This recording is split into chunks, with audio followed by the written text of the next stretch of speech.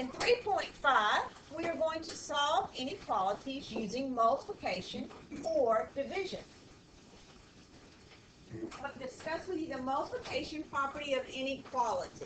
In words, multiplying each side of an inequality by a positive number produces an equivalent inequality. Note the term positive that is bold and underlined. In the next phrase, multiplying each side of an inequality by a negative number and reversing the direction of the inequality symbol produces an equivalent inequality. So in this example 1, we're going to solve an inequality using multiplication. We have m divided by -3 is greater than 3. The operation that is being performed is division, so I'm going to do the inverse operation. Multiply each side by -3. M, since I have m left, because the -3's cancel each other out, I am multiplying each side by a negative number, so I am going to reverse the sign. M is going to be less than 3 times -3 is -9. You will notice that we substituted m for a number that was less than -9, so we put in -12. -12 divided by -3 is equal to 4, and 4 is greater than 3, which was our original problem. Now we're going to move into division of inequalities. The rules for solving an inequality using division are like the rules for solving inequality using multiplication. The division property of inequality in words, dividing each side of an inequality by a positive number produces an equivalent inequality. Dividing each side by an inequality by a negative number and reversing the direction of the inequality symbol produces an equivalent inequality. Let's do an example. We have -10t is greater than 34. In our solution, to isolate the variable, we're going to divide each side by -10. T, now since I'm dividing by a negative number, I'm going to reverse the inequality. T is going to be less than or equal to 34. Again, I corrected that because 34 divided by -10 would be -3 4/10. So you'll notice now we have chosen a number for t that is less than or equal to -3 4/10. We chose -4. We plugged it in where t was. So now -10 times -4 is 40. And our inequality now is true because 40 is greater than or equal to 34. Now let's do some practice exercises on our own. I'm going to pause the video and then we'll come back and check your work. Now in 1, we did the inverse operation, so we multiplied each side by 6. Our final answer is n is greater than 42.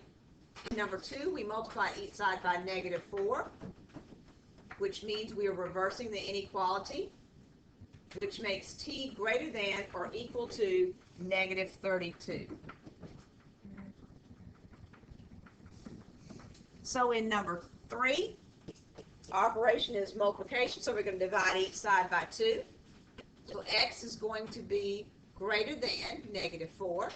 In number 4, our operation is multiplication, so we're going to divide each side by -7. Since we're dividing each side of the inequality by a negative number, we're going to reverse the inequality sign. Now in our word problem, we're talking about geese migration.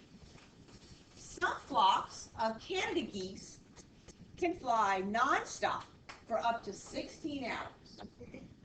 In this time, a flock can migrate as far as 848 miles. At what average speed can such a flock fly during migration? Find the average speed at which the flock of Canada geese described can fly during migration. So in simplest terms, you're trying to determine how many miles per hour can the geese fly. It can either be less than or equal to a certain speed, because the most that they can fly is 16 hours for nonstop, and as far as they've ever been able to fly, it's 848 miles. So we're going to set up an inequality to solve for what their average speed could be. Notice the inequality that we set up was 16, which is hours, times t, which is going to be actually their speed, and it needs to be less than or equal to 848 miles.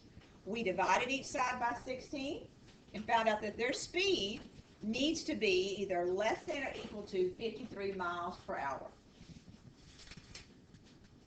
All right, we're going to have more practice. I'm going to pause the video and you come back and check your work. Okay, we'll notice on number 5, multiplied each side by -2. Reverse the inequality.